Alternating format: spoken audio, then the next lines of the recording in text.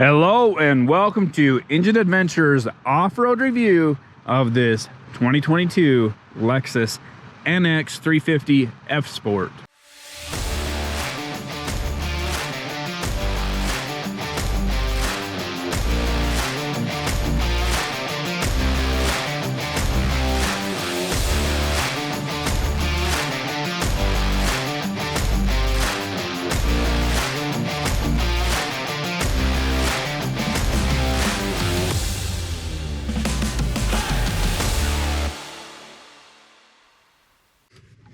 All right, just in normal with the terrain mode on, and I'm curious.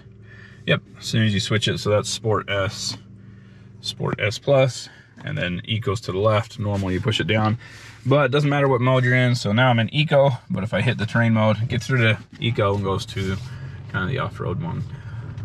Oh boy. So F Sport handling package. It's very low on the front end, and you'll hear weeds like that from underneath. Luckily, this one I'm not worried about. I am filming in a new location for the regular reviews because the weeds up higher are more like these dry weeds on the left and right here, and they're right down the middle of the road. I'm afraid I would catch those on fire. These ones on this road I'm not worried about.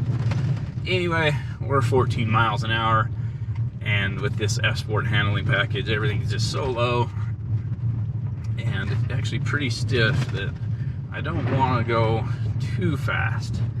I'm afraid of catching the front clip or something, but it was actually pretty smooth over that bump.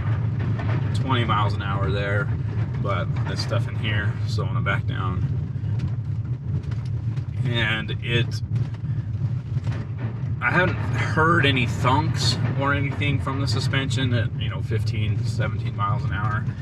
But it certainly is very, very stiff on some of the bumps. It's not an off-roader, not designed for high-speed off-roading or anything, but it does okay. It can handle dirt roads, Forest Service roads that are well maintained, and with the all-wheel drive system, if it rains on you or whatever, you should be okay to be doing something like this if it's raining.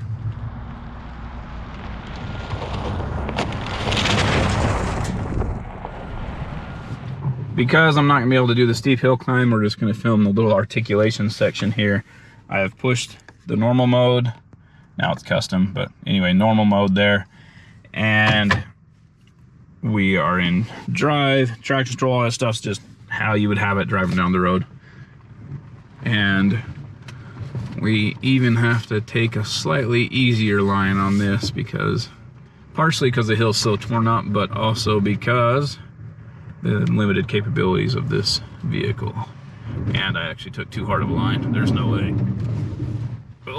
Oh, it's doing it. You can see traction control light lit up. Actually, the Eco light's on. Okay, I take that back. I was not expecting that to happen.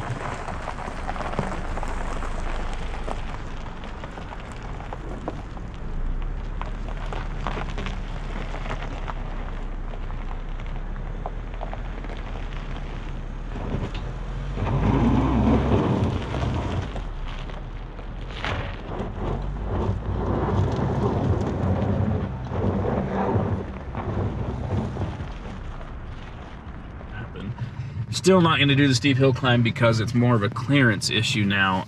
That hill is so torn up right now that I don't think there's any chance of this making it. Okay, so that was normal mode. It actually did okay. It did better than I expected. So I was in this mode when I tried it before, the terrain mode as I'm calling it, and it really struggled quite a bit. I was going the other way, slightly different angle and all that, but let's try it here. There we go. Yeah, this side's definitely not as steep. Back end slid down. I'm full throttle. There it goes. It's like it finally just said, okay, go. It let the engine spool up a little bit more and let it make the climb. So if I turn off traction control here, oh good, it does let me. So I'm gonna push it and hold it. We're gonna turn everything off and see what it does. So Toyota vehicles with A-Track, when you turn everything off, they still, or it will disable A-Track typically. So I'm curious to see if this will turn off the brake-based traction control system or keep it on. So we're still in the terrain mode, and the vehicle stability control and traction control are turned off.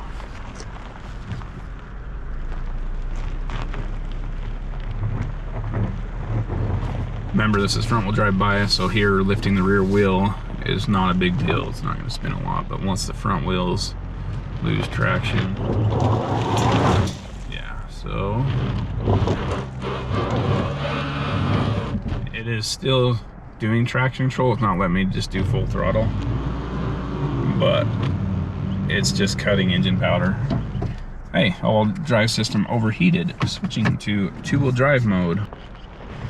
So we'll have to give it a few minutes and we'll switch back into Sport Plus mode and see if it does anything differently. So let's let it cool for a minute.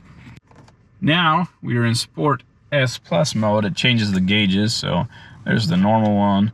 Somehow going to Sport Plus, S Plus, you get the tack on top instead of being in kind of a dial shape.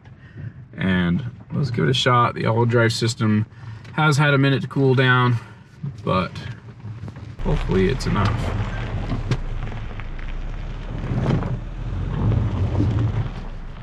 Okay, right here.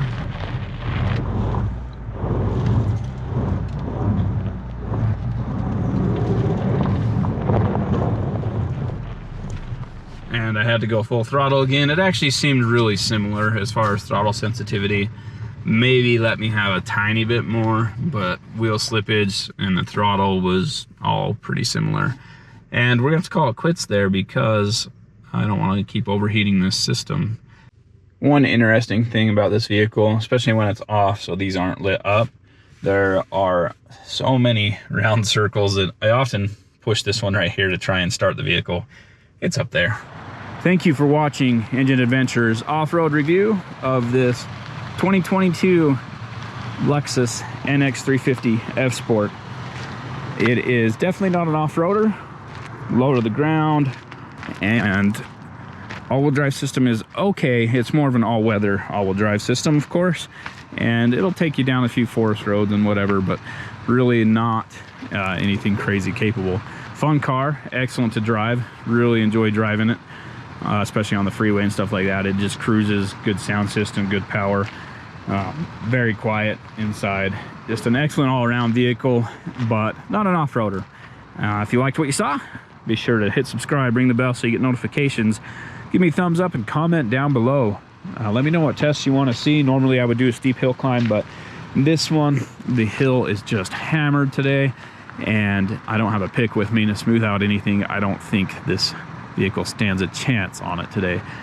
Anyway, thanks again, and have a great day.